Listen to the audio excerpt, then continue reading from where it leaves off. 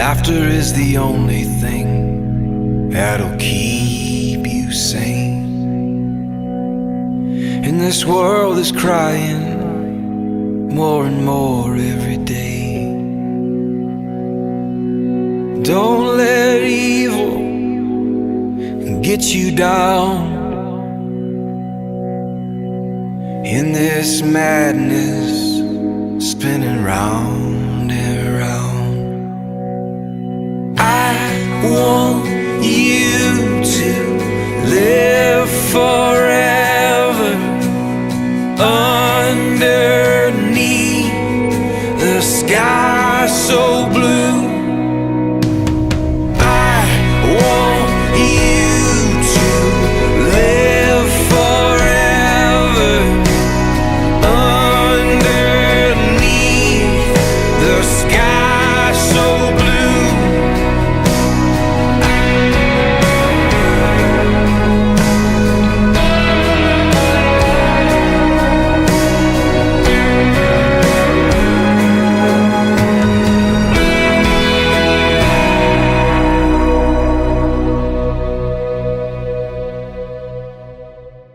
Bien, gracias por acompañarnos hoy aquí en Vida In. Es un honor tenerte este día en medio de esta serie que hemos llamado, tal como lo dice ahí al final de ese video, ayudando a la siguiente generación a ganar, ayudando a la siguiente generación a ganar.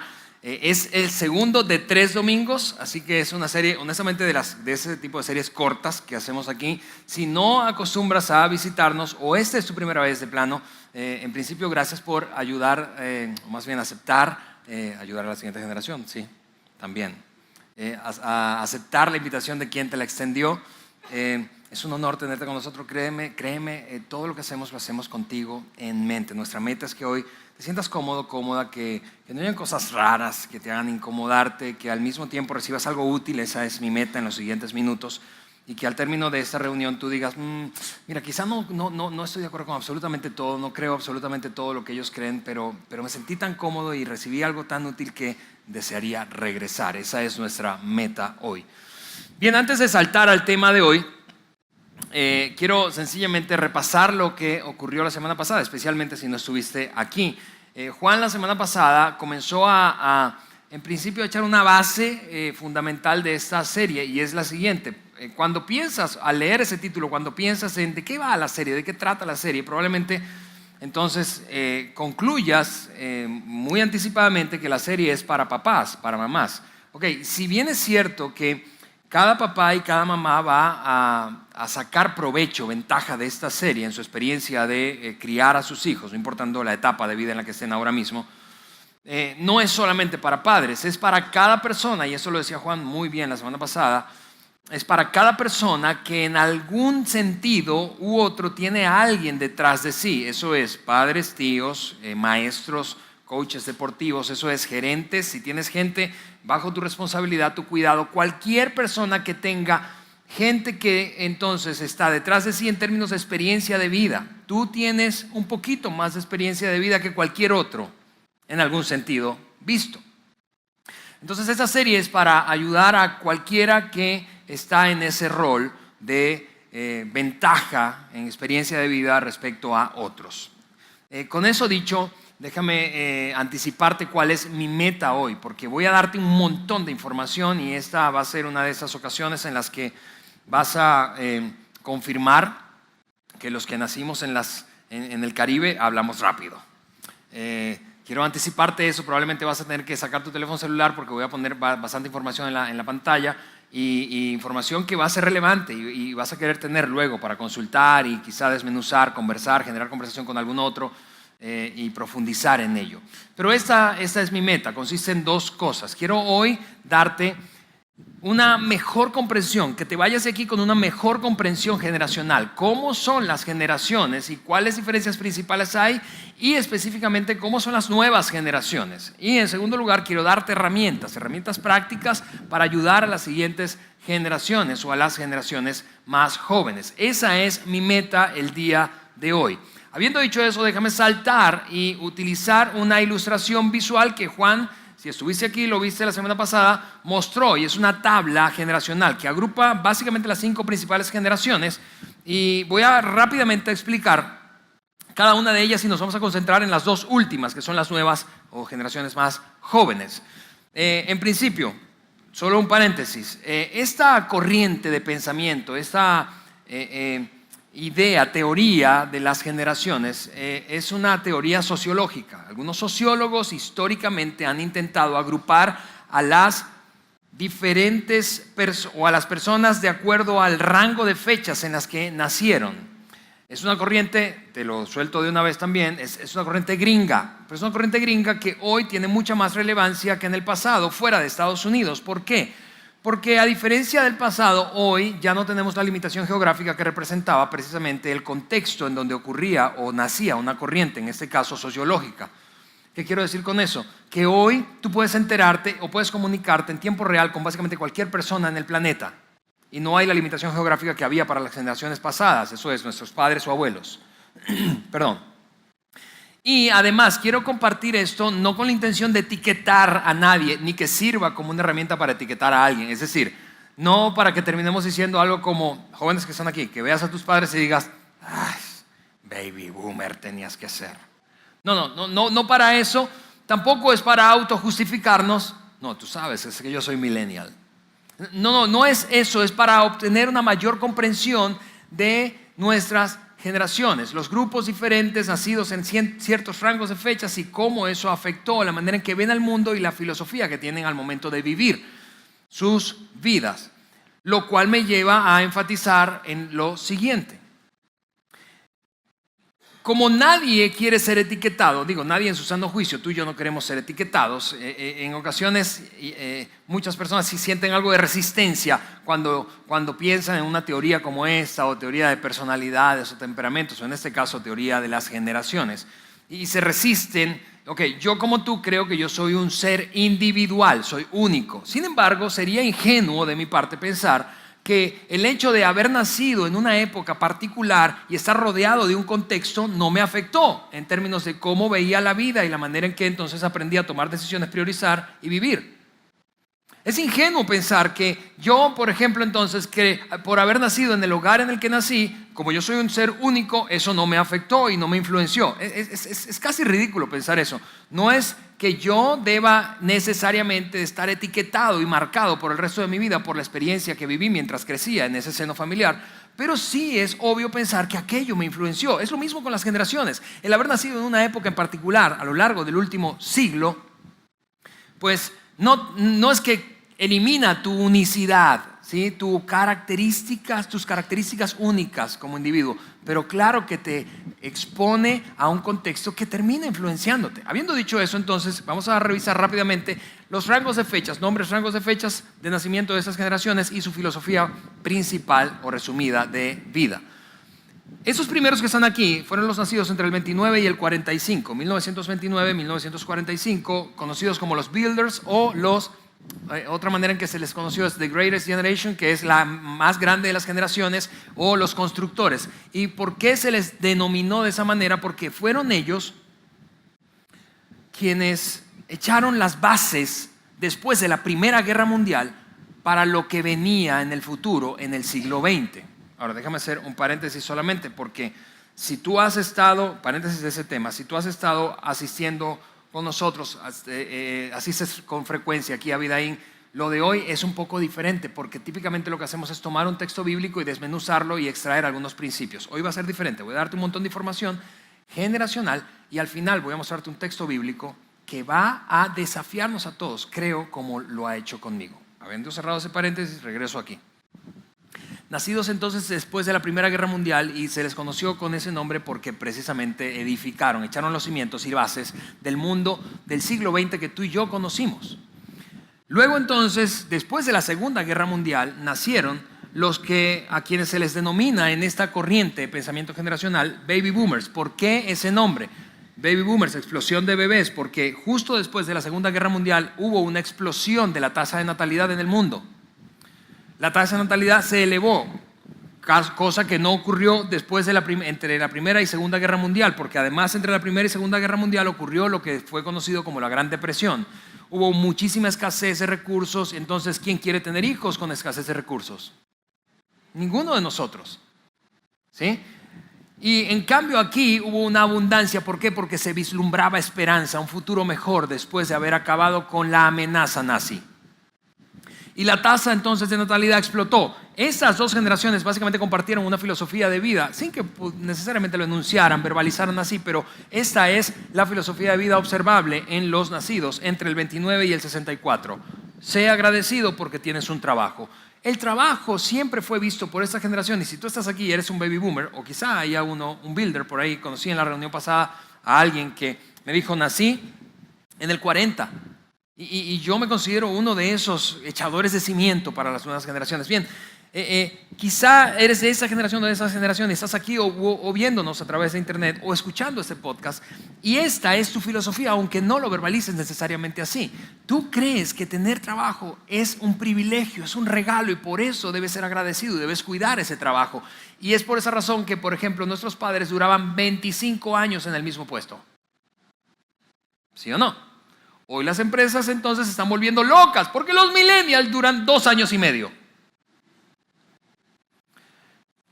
Es eso curiosísimo cuando lo contrapones con la realidad actual, especialmente en nuestro país, especialmente en nuestro estado y particularmente en nuestra región. ¿Sabías que en Coahuila, aquí en el norte de México, hay casi pleno empleo? Es decir, solamente hay un 3% es la tasa de desocupación. En otras palabras, de cada 100 personas económicamente activas, solamente 3 no tienen chamba formal.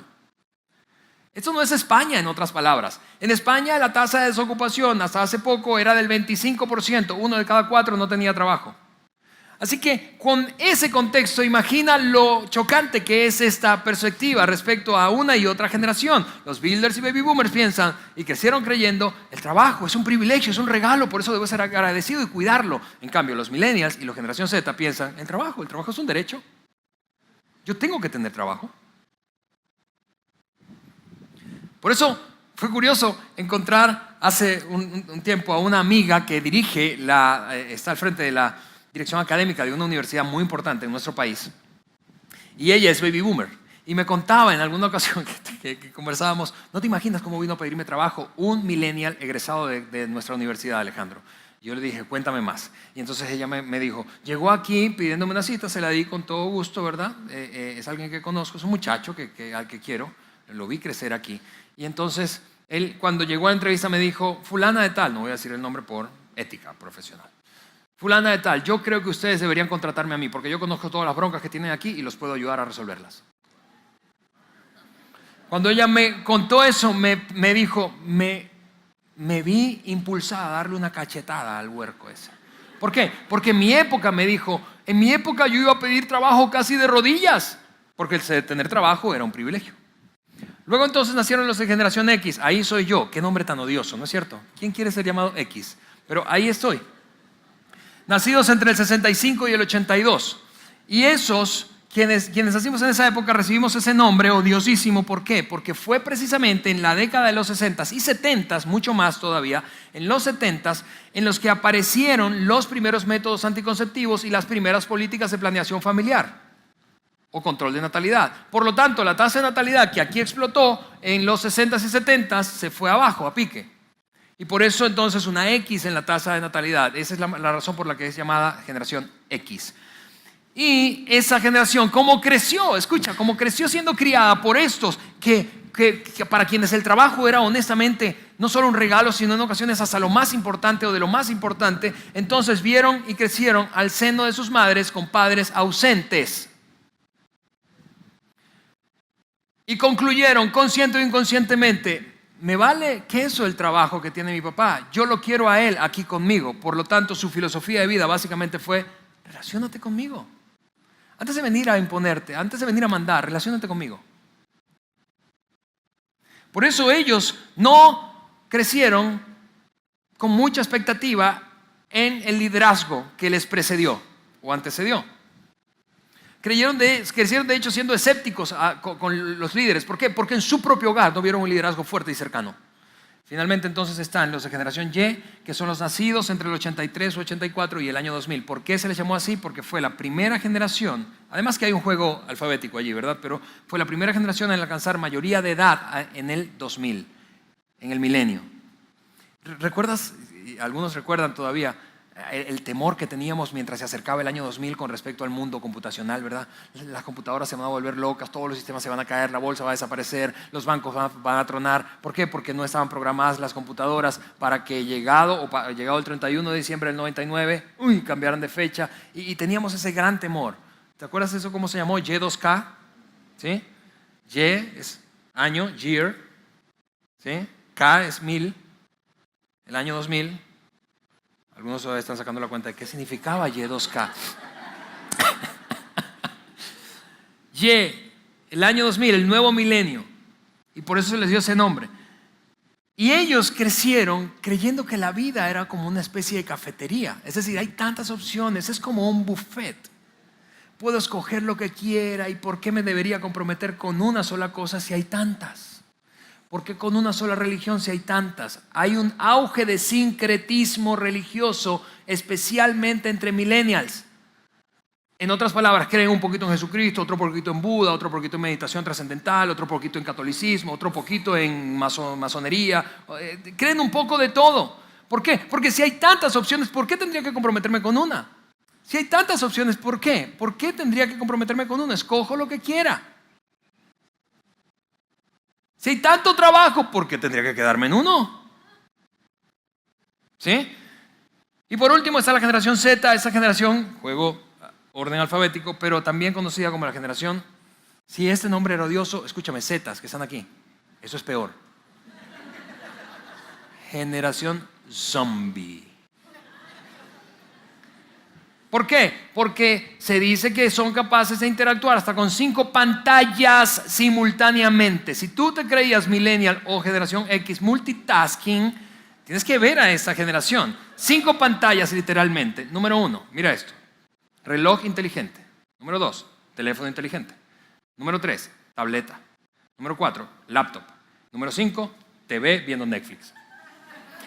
Todo lo tienen ahí alrededor en el mueble. Por eso cuando tu papá, X o baby boomer, entras y ves a un adolescente con 5 dispositivos, tú estás pensando, ¿qué te pasa? 5 pantallas simultáneamente. Y la cosa con esta generación es eso, son nativos tecnológicos. Mientras que para las generaciones anteriores la tecnología fue una herramienta, o ha sido una herramienta, para esta generación más bien ha sido un apéndice. Es decir, como están pegados al cuerpo, pues no conciben la vida sin un dispositivo inteligente y sin conectividad. Vamos, piensa apenas hace un par de meses en la campaña por la carrera presidencial, ¿sí? Cada candidato básicamente ofreció internet, conectividad gratuita en cada rincón del país, porque se ha llegado a interpretar que la conectividad es un derecho humano universal. Papás, estrategia, por cierto, para disciplinar a tus hijos adolescentes. Recuérdales que el internet no es un derecho universal en tu casa. Tú puedes cortar el internet, ¿sí? Y la filosofía de vida en ocasiones es casi cruzar los dedos y pensar, hoy ojalá me vaya bien. Porque hay tanta competitividad, hay tanto estrés en esa generación. Escucha, no en vano, las tasas de depresión y los diagnósticos de síndrome de déficit de atención y trastorno de atención, ¿verdad? Son más elevados que en toda la historia entre los nacidos en esta fecha. No en vano nuestra ciudad tiene una de las tasas más altas de suicidio juvenil de nuestro país. 67 suicidios van hasta el día jueves de la semana pasada. Hay una fuerte depresión. ¿Por qué? Porque hay demasiado estrés sobre sus vidas, una expectativa demasiado alta respecto a tener éxito. Y entonces están cruzando los dedos deseando que les vaya bien, pero honestamente tienen muchísimo estrés y están muy temerosos y ansiosos. Ok, hoy vamos a concentrarnos a hablar un poco más de cómo es este conjunto, este par de generaciones. En un intento de agruparlas, un autor que es amigo nuestro, un experto en este tema generacional llamado Tim Elmore, dice o denomina la generación IY, generación IY. Es la combinación de generación Y y generación Z. Ahora, ¿cómo es esa generación? En algún sentido podríamos decir que esas dos generaciones son unas generaciones de por primera vez. Por primera vez esas generaciones no necesitan adultos para obtener información. Ups. Es odioso para todos los que somos papás, maestros, coaches, gerentes, abuelos, tíos. Porque déjame decirlo clara y frontalmente. No te necesitan para obtener información. No me necesitan a mí. No te necesitan a ti. Y yo descubrí eso hace un par de años cuando mi hijo, por primera vez, empezaron en su escuela a enseñarle algunas maniobras básicas para armar el cubo Rubik. ¿Te acuerdas de ese cubo? Eso fue cuando yo tenía 40, ahora tengo 42. Y cuando él llegó a casa con entonces la tarea de practicar, yo pensaba, yo nunca en mi vida pude armar ese mugre cubo.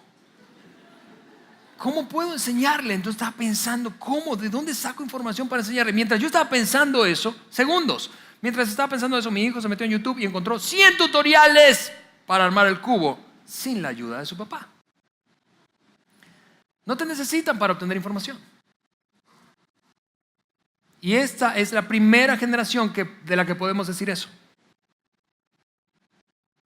¿No es cierto que antes nuestros padres en algún sentido ostentaban el poder de saber cosas que nosotros no sabíamos como hijos? Hoy ese tiempo se acabó. Yo estoy comunicando aquí y yo aquí estoy viendo millennials y estoy viendo chavos de generación Z y ahí pueden estar googleando para ver si lo que digo es verdad. No, esa generación no se llama así. Eso les pasa a cada maestro. Eso te pasa a ti como papá. ¿Sí? Tú sabes, con información de tipo leyenda urbana y fábula de viejas, de llegar a la cocina después de estar sudado y tú le dices, no te metas en el refri porque vas a quedar torcido. Y él entonces está diciendo, mamá, eso es ridículo, mira lo que dice aquí. Hay 100 estudios que comprueban lo contrario. Okay, no nos necesitan para obtener información, es la primera generación de la que podemos decir eso. Número 2, esta es una generación de por primera vez. Por primera vez, esta generación puede transmitir en redes sociales cada pensamiento y emoción que tienen, literalmente cada cosa que piensan, cada cosa que sienten, cada cosa que comen. Hay una obsesión por fotografiar y postear todo lo que comemos. Cada cosa, postearlo en redes sociales y transmitir en tiempo real. Hoy las redes sociales han descubierto esto. Ya no nos es suficiente, especialmente a las nuevas generaciones, con postear cosas que ocurrieron ayer. No, en vivo, boom. Grabas un Instagram y en vivo. Transmites un Facebook Live en vivo. No. ¿Qué generación? ¿De cuál generación podríamos decir eso en el pasado? ¿De la tuya? ¿De generación X? No. ¿De baby boomers? No. ¿De builders? Tampoco. Es una generación que por primera vez, además, escucha esto, disfrutan de estímulo externo a la disposición literalmente de la punta de sus dedos 24/7. Estímulo externo. Y lo que pasa cuando una persona tiene estímulo externo durante 24 horas, 7 días a la semana, es que pierde la motivación interna. Lo cual me lleva de regreso al tema de la depresión juvenil.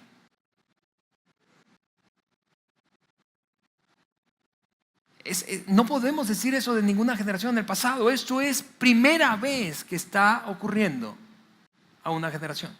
Es una generación de por primera vez. Por primera vez están en contacto social todo el tiempo, pero frecuentemente aislados. Tú puedes tener 3,000 amigos en Facebook, 4,000 seguidores en Twitter y en Instagram y sentirte solo al mismo tiempo.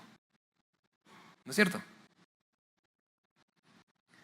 En el pasado eso era ridículo pensarlo. ¿Cómo poder pensar que podías interactuar con 3,000 personas, con 1,000 personas, con 500 personas en el momento que quisieras y al mismo tiempo podías sentirte solo?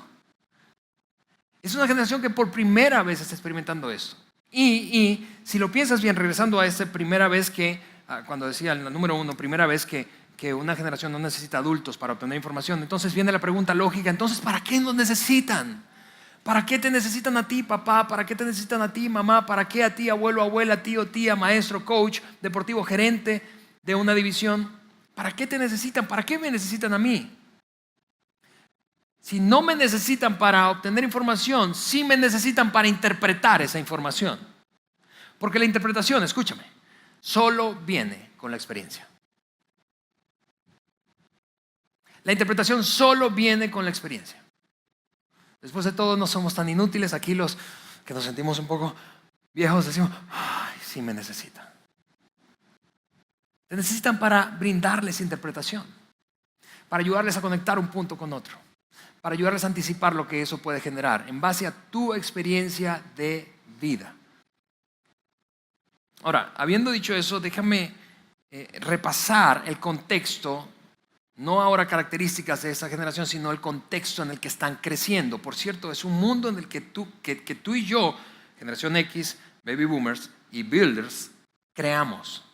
El contexto de hoy es un mundo creado por las generaciones pasadas. En nuestro afán de progreso, que estuvo perfectamente bien, pero en ocasiones yo he notado, escúchame, este tema lo he compartido en un montón de escuelas públicas y privadas, universidades de esta ciudad, de este estado y de otros estados de la República. Y lo que veo con demasiada frecuencia es gente de las generaciones pasadas, X, baby boomer y builders, y más X y baby boomer, quejándose y apuntando, señalando a las nuevas generaciones, millennial y generación Z, pensando y etiquetándoles con un montón de características negativas o desde su punto de vista negativas. Pero se nos olvida que el mundo en el que están creciendo, que por cierto los ha influenciado para ser lo que son, lo creamos nosotros. Aquí es cuando llegó el momento de asumir responsabilidad y entonces preguntarnos cómo, después de haber creado todo este contexto, los ayudamos para ganar. Mira cuál es el contexto del que hablo. Este es el contexto. El mundo en el que están creciendo y desarrollándose tiene ciertas características. Por lo tanto, han asumido algunas creencias, han tenido algunas suposiciones, pero mira, voy a repasar algunas. No tenemos tiempo para todas, pero rápidamente algunas. Su mundo está lleno de velocidad, por lo tanto tienden a asumir que lento es malo. ¿Has visto eso? A un niño estresado porque una página web no le abre en 5 segundos. ¿Te has descubierto a ti estresado en una fila? Que si regresas hace 10 o 15 años, no te estresaba tanto. Porque el mundo en el que están creciendo está lleno de velocidad. Por lo cual, lento, una persona que no haga las cosas rápido, un proceso que no funcione rápido, un servicio que no se brinde rápido, parece malo. Su mundo no solamente está lleno de velocidad, su mundo está lleno de conveniencia. Todo parece ser tan conveniente, tan fácil de obtener. Vamos, piensa conmigo cuando tú querías un regalo, por ejemplo, de cumpleaños o de Navidad, y veías un comercial en la tele o escuchabas algo en la radio, o un amigo tenía un nuevo juguete o juego de mesa, y entonces diseñabas una estrategia para convencer a tus padres que te lo compraran. Y entonces, si vivías en una gran ciudad, entonces podías conseguirlo rápido, porque en las grandes ciudades llegaba rápido la cosa. Pero hay de ti si vivías en una ciudad mediana o pequeña o en un pueblo, a ver si tenías suerte de algún día un primo que viviera en la gran capital te mandara la cosa vieja, torcida y rota. Hoy, un niño, mis hijos de 10 y 8 años, no de 18, de 10, Andrés, y 8 años, Isabela, ven cualquier juguete, videojuego, juego de mesa, y pueden tomar mi teléfono y meterse en una tienda virtual, hacer el pedido con mi tarjeta que tengo afiliada allí, y al día siguiente tener el mugre juguete. Es demasiado conveniente.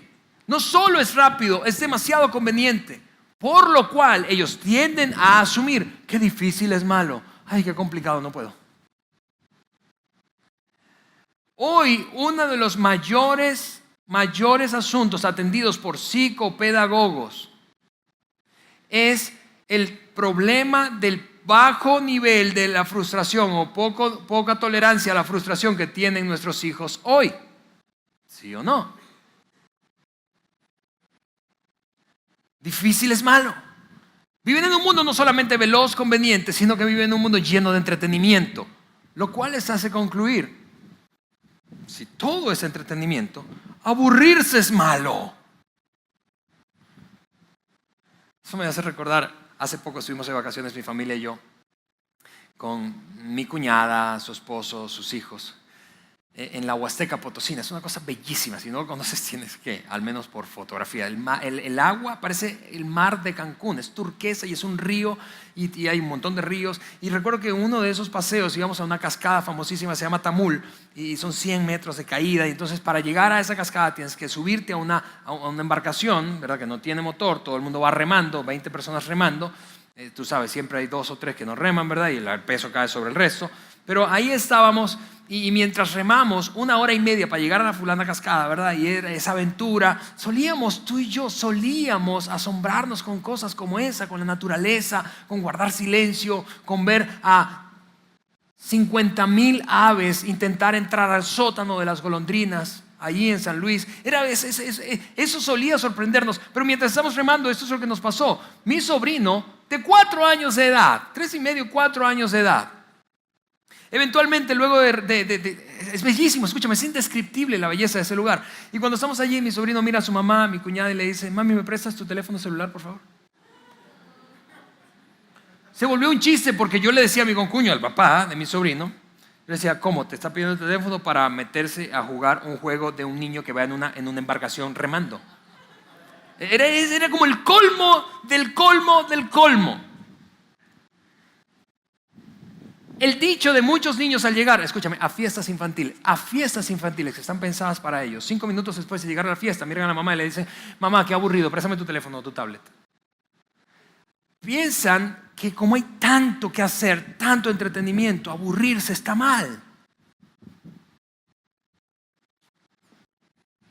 No solamente viven en un mundo de velocidad, de conveniencia, de entretenimiento, viven en un mundo lleno de protección. Escúchame, por lo cual tienden a asumir que arriesgarse está mal. Y esto es paradójico, porque, vamos, es esta la generación de nuestros hijos la que está creciendo mira esto, sin el latón oxidado del resbaladero que teníamos que esquivar brincando cuando llegábamos abajo. Por nuestra obsesión, ya los parques no huelen a óxido, ese olor divino que te quedabas impregnado. Hoy todo es de plástico.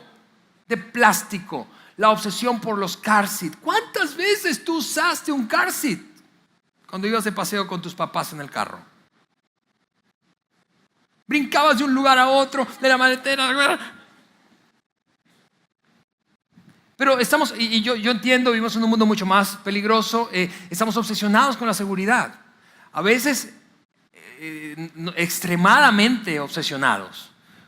Por ejemplo, ¿cuándo fue la última vez, si tienes hijos pequeños, que permitiste que tu hijo saliera a dar una vuelta en la bicicleta sin que fueses detrás de él, así como loca? Yo recuerdo todavía una escena cuando nuestro hijo Andrés tenía como 1 año. Lo subimos a un pequeño trenecito en un mall, dentro de un mall. Había reja ahí dentro, era como una especie de safari, ¿verdad? Y había entonces animales de plástico, en fin, dentro nada se movía, todo estaba muerto, ¿verdad? Y se sube en el trenecito y tiene cinturón, o sea, no hay manera en que pase algo allí. Y yo recuerdo todavía esa escena, mi esposa Eliana, cuando arranca ese tren, empieza a correr como loca, bordeando toda la reja, persiguiendo, obsesionada porque le iba a pasar algo. Entonces hay demasiada protección y tienden ellos a asumir que arriesgarse o arriesgado es malo. Y es paradójico que te decía, porque crecen en un mundo así, pero cuando llegan a la universidad, la mayoría de las universidades de hoy están apostando por una competencia estratégica que se llama emprendedurismo. Entonces los protegemos toda la vida, no les permitimos arriesgarse, hay una sobreprotección y sobrecuidado, pero cuando llegan a la universidad les dicen: vamos, emprende un negocio propio. ¿Cómo con qué? No solamente viven en un mundo lleno de protección, sino que viven en un mundo lleno de privilegios. Esa sensación de que tengo derecho a. Por lo cual tienden a asumir que esforzarse está mal. Y es fascinante, honestamente, cuando lo piensas bien, el mundo en el que están viviendo nuestros hijos y las generaciones más jóvenes. Es fascinante. Es un mundo que construimos nosotros, generación X. Baby boomers, builders.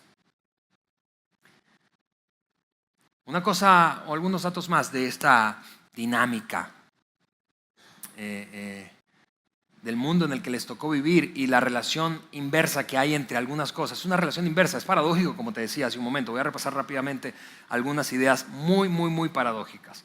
Por ejemplo, conforme la tecnología aumenta, no tengo nada en contra de la tecnología, amo la tecnología, esta iglesia está repleta de tecnología. Conforme la tecnología aumenta, la empatía disminuye. Mira, a algunos de nosotros nos tocó vivir un tiempo muy difícil de seguridad aquí en nuestra ciudad, hace unos quizá 6, 7 años.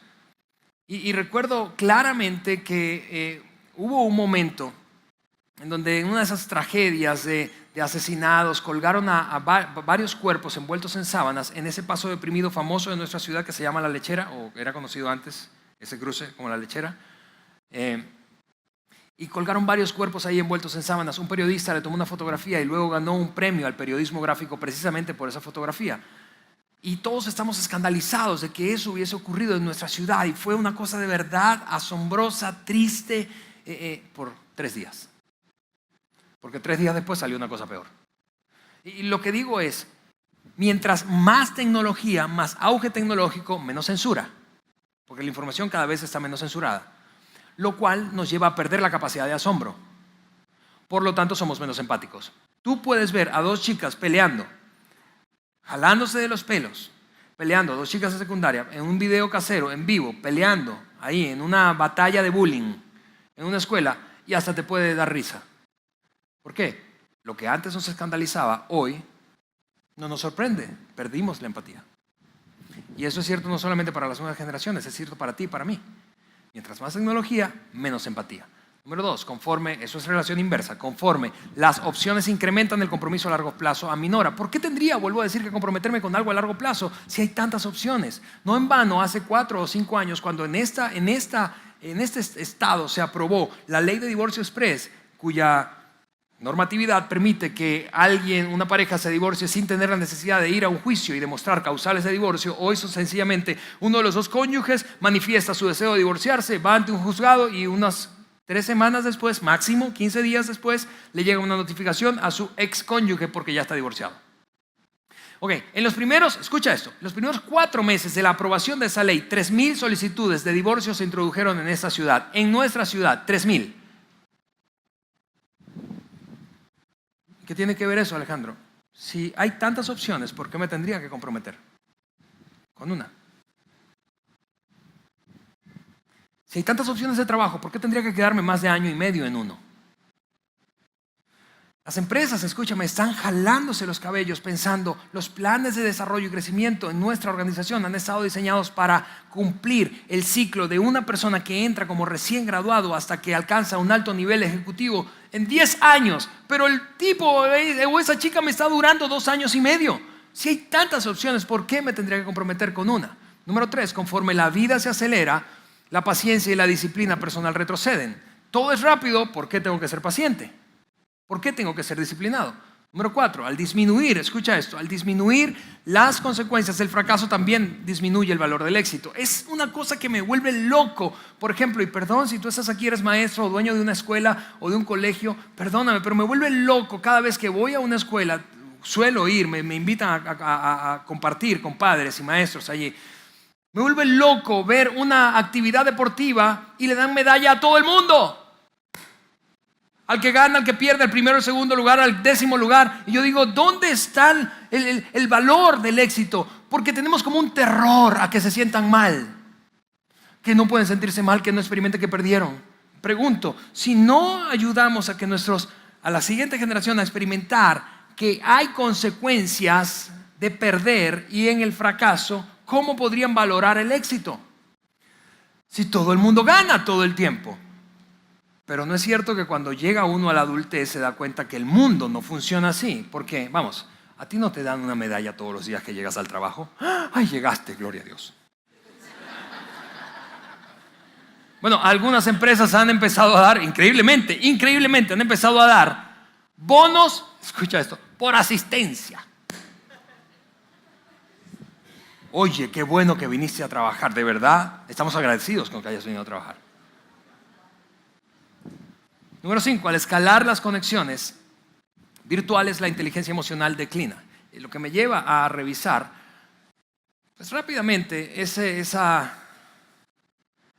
necesidades principales. Porque podríamos quejarnos de las nuevas generaciones, te repito, pero hablando de la oportunidad que tú y yo tenemos de asumir responsabilidad y entregar, equipar a la siguiente generación para ganar, para enfrentar la vida adulta con éxito. En vez de quejarnos, asumir esa responsabilidad. Esta declaración me lleva a revisar sus principales necesidades. ¿Qué es lo que necesitan las nuevas generaciones? 4 cosas. Número 1, inteligencia emocional. Inteligencia emocional. Pueden tener una conversación con básicamente cualquier persona en cualquier rincón del mundo, pero no cara a cara. No saben tener una conversación difícil, no saben manejar la frustración, no saben manejar una reprimenda. El descubrimiento de fortalezas. Si estamos constantemente alabando excesivamente a nuestros hijos y a las nuevas generaciones, entonces no tienen claridad realmente de cuáles son sus fortalezas. Por eso cuando llegan a la adultez y descubren que hay otras personas mejores que ellos, y ellos crecieron creyendo de sus padres que eran los mejores, tú eres el mejor hijo, puedes conquistar hasta el infinito y más allá. Y llegan ahora a la adultez y descubren, no soy tan bueno como mi papá y mi mamá me dijeron. Necesitan descubrir verdaderamente sus fortalezas. Otra necesidad grande es inteligencia moral. Estas generaciones nuevas necesitan, anhelan muchas veces ser desafiados moralmente, con un estándar de vida que establezca un anhelo para ellos. Así quiero ser, honesto, honrado, hombre de una sola mujer. Y finalmente necesitan perspectiva de liderazgo. Eso es entender el impacto del rol que juegan en su entorno. Eso es liderazgo. Y mira, tú y yo como papá, si tú eres papá como yo, mamá, tú en ocasiones luchas con esta sensación interna, lo estaré haciendo bien, lo estaré haciendo bien, lo estaré haciendo bien. Y es una sensación común, probablemente no lo has verbalizado, no has tenido espacio para eso, lo manejas en secreto, pero todos luchamos con esa sensación. Y la cosa es que sí cometemos errores. Yo voy a mencionarte cuatro errores solamente, que provienen de un libro que te voy a recomendar, por cierto, que se llama 2 errores enormes que los padres pueden evitar.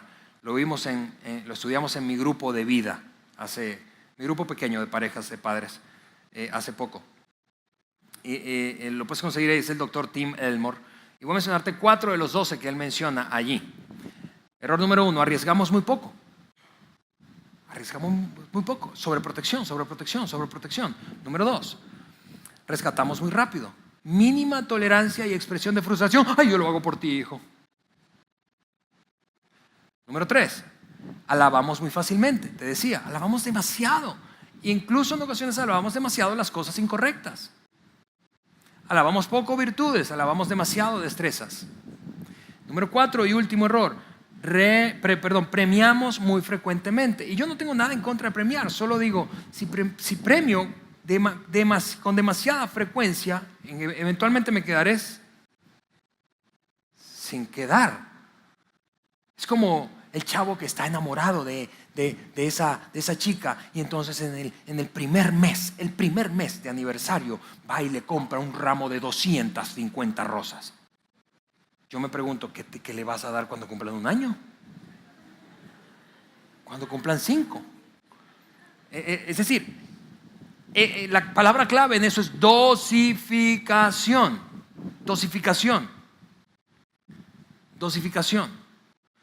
Cuando premio demasiado, mira, y otra cosa, premiamos por cosas que no deberíamos premiamos por deberes. Eliana y yo aprendimos a premiar a nuestros hijos. Hemos tenido la fortuna de contar con parejas experimentadas de padres que nos han enseñado. Aquí hay una de ellas, y es Otoniel y Fátima Oropesa. Y en ocasiones, cuando diseñamos un sistema de premios y castigos, decidimos, Eliana y yo, premiar a nuestros hijos solamente en esas circunstancias. Cuando aprendes algo nuevo que no sabías, cuando tienes un desempeño fuera de serie, y cuando haces algo que no esperábamos que hicieras. Vamos, está bien que premies a un niño de 4 o 5 años por sacar la basura cuando está haciéndolo por primera vez. No está bien que lo premies cuando tiene 15. Está bien que premies a tu hija de 3 por tender la cama, la sábana de la cama y recoger su recámara. No está bien que la premies a los 18. Premiamos muy frecuentemente. ¿Y cuál es la consecuencia de eso? Finalmente, esta es la gran consecuencia. Que terminamos con esos errores viviendo como con la filosofía de preparar el camino para que nuestros hijos pasen por allí. No, nuestro rol no es preparar el camino para la siguiente generación. Nuestro rol es preparar a la siguiente generación para el camino. Preparar a la siguiente generación con lo necesario para el camino.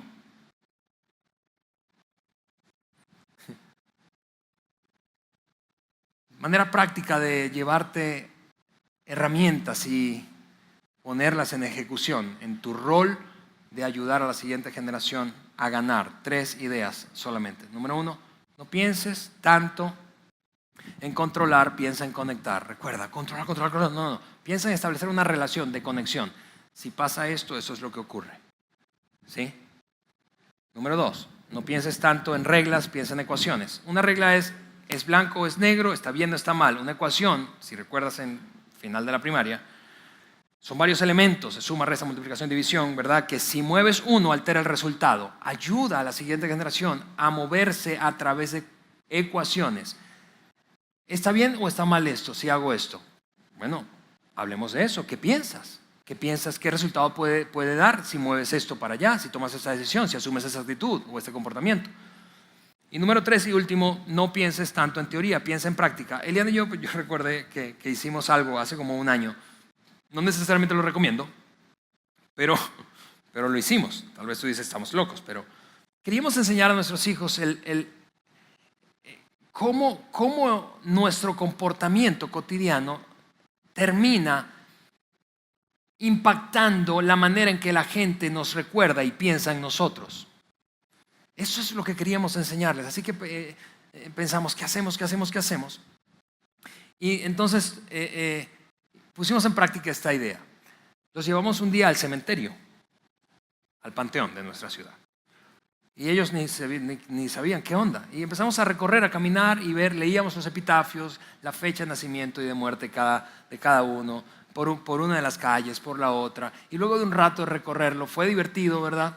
Mi hija es mucho más espontánea, tenía unas locuras ahí. Habían en ocasiones fosas abiertas ahí, como medio que se quería aventar, en fin. Y llegó un punto en el que nos detuvimos y entonces tuvimos esa conversación. Le dijimos, ¿cómo quisieran ser recordados ustedes?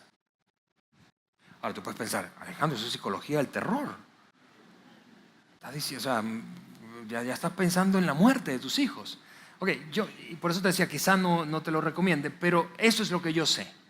Jamás olvidarán esa visita al cementerio. Jamás. Porque eso fue mejor que echarme un rollo, ¿verdad? Teórico. De mira porque es importante portarse bien, porque luego otros entonces van a pensar en ti. Cuando piensen en ti no van a quererte tener cerca. Y cuando te recuerden van a decir que fastidio. No. Ven acá.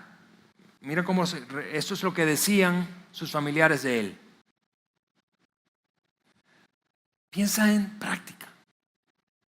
Ahora, te decía, quiero leer un versículo para terminar esta reunión y así orar. Un versículo que honestamente a mí me ha impactado y me desafía.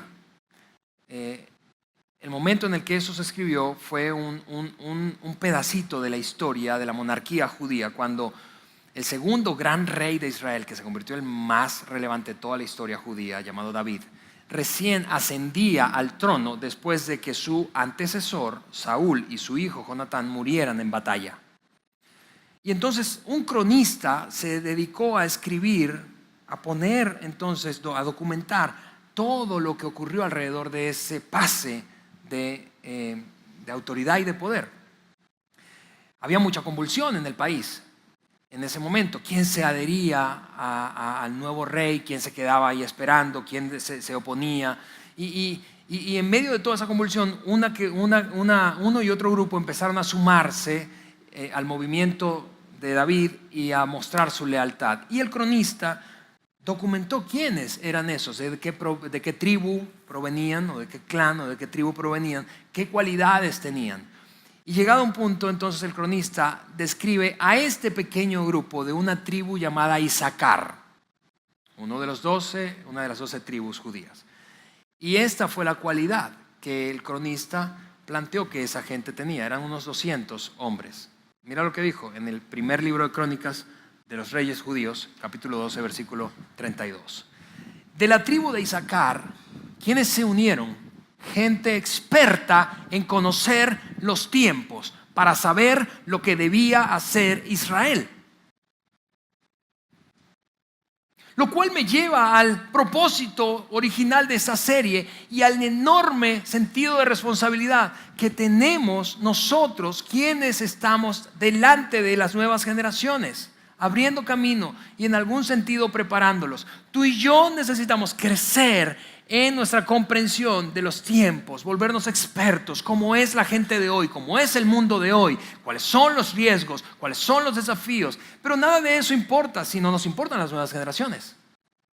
Nada de eso importa, nada de eso tiene sentido, nada de eso importa si no te importan tus estudiantes, nada de eso importa si no te importan tus hijos, tus nietos, tus sobrinos, tus alumnos, nada de eso importa. Pero claro que importa, claro que te importa a ti, a mí, yo lo sé, te importa muchísimo. Y como nos importa, necesitamos crecer en esto, en nuestra comprensión de cómo es el mundo de hoy. Y con eso dicho, yo quiero orar para despedir esta reunión y sencillamente pedirle a Dios que nos ayude a ser como esa gente de Isaacar, gente que entiende el tiempo, la época, el lugar y la gente con la que le tocó vivir. Señor, te damos gracias. Esta tarde es emocionante, Señor, pensar en estos temas y prepararnos, Dios, adquirir una mayor comprensión. Ayúdanos a seguir preparándonos más y más y más, Dios, y no etiquetar a otros, y no juzgar a otros, y no apuntar con nuestros dedos, sino, Señor, asumir la responsabilidad y atesorar la oportunidad que tenemos, Señor, de equipar a las siguientes generaciones con lo necesario para tener éxito en la vida adulta. Ayúdanos a ser como ellos, como los de Isaacar. Miles de años atrás adquirieron una comprensión muy clara, y eso les permitió guiar a la siguiente generación. En el nombre de Jesús. Amén.